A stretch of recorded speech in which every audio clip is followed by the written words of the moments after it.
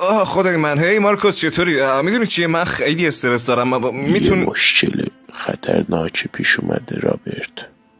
خیلی خوب. مشکلمون چیه؟ دنبالم بیا. باشه حتما. اینجا تن با خودت بیار. خیلی خوب.